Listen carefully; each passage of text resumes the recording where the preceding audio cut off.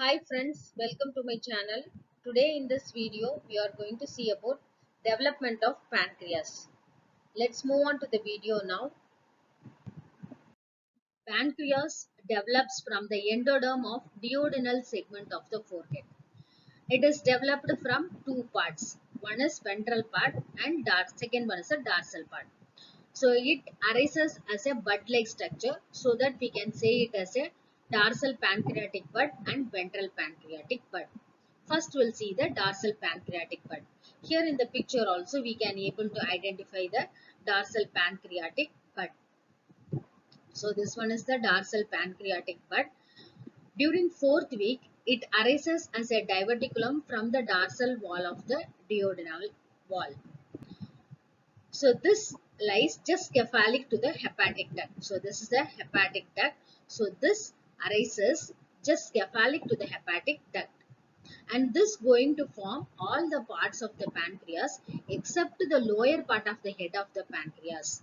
It means the whole, that is the upper part of head of the pancreas, body of pancreas and tail of the pancreas, which are all developed from dorsal pancreatic bud. Next one is ventral pancreatic bud.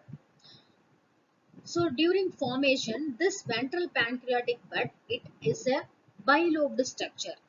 After that, when the progression of the growth occurs, it becomes a single mass-like structure. This pancreatic bud, which is developed from the ventral wall of the duodenum, and this originate from the junction of the midgut and foregut,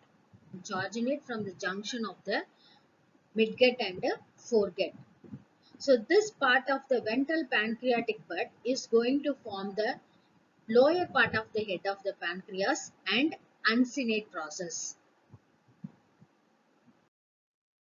So now the ventral and pancreatic bud stages develop. After that, what will happen is rotation of the duodenum occurs. So during rotation, that is during axial rotation of the second part of the duodenum, the ventral part of the pancreatic bud, which winds round the posterior surface of the duodenum and appears in the posteromedial aspect. So this posteromedial aspect, when it reaches the posteromedial aspect, it is very close to the dorsal pancreatic bud. So here in the picture also, when it reaches the posteromedial aspect, it is lies very close to the dorsal part of the pancreatic bud. After that, fusion between the dorsal and the ventral pancreatic bud occurs. So this stage occurred during the 7th week. So fusion between the dorsal and ventral pancreatic bud occurs during the rotation of the second part of the duodenum.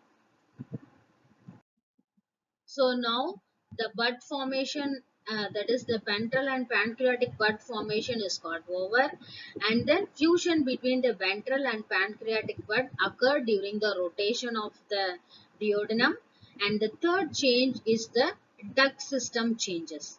That is main pancreatic duct. This is the main pancreatic duct, which is developed from three main sources. The first one is this developed from the distal part of the dorsal pancreatic duct and from the oblique connection between the ventral and the dorsal part and the proximal part of the primitive, that is bile duct. So this is the three sources which going to form the main pancreatic duct. And then the accessory pancreatic duct. So this is the accessory pancreatic duct, which is formed from the proximal part of the dorsal pancreatic duct. So this is the formation of the duct system. We can see it during the developmental stage. The small ductules and acini of the pancreas, which are developed from the repeated sprouting of this ventral and dorsal pancreatic duct system. So this repeated sprouting is going to form this ductules and the acinar cells. So this acini is going to form the islets of Langerhans. So the detached part of the acinar cells is going to form the islets of Langerhans, and this cells going to form a colony of cells which is going to form the islets of Langerhans. So this occurs in the third month period only. This formation of the islets of Langerhans occurs. This is nothing but the colony of the acinar cells. So now we can see the fully developed part of the pancreas and the duct system we have seen here. As long as the growth of the pancreas occurs, both the right and the left part, that is the left surface of the pancreas, which is covered by the peritoneum, once during the rotation occurs, once that is during rotation of the duodenum, the pancreas rotate to the right so that the original right surface becomes posterior.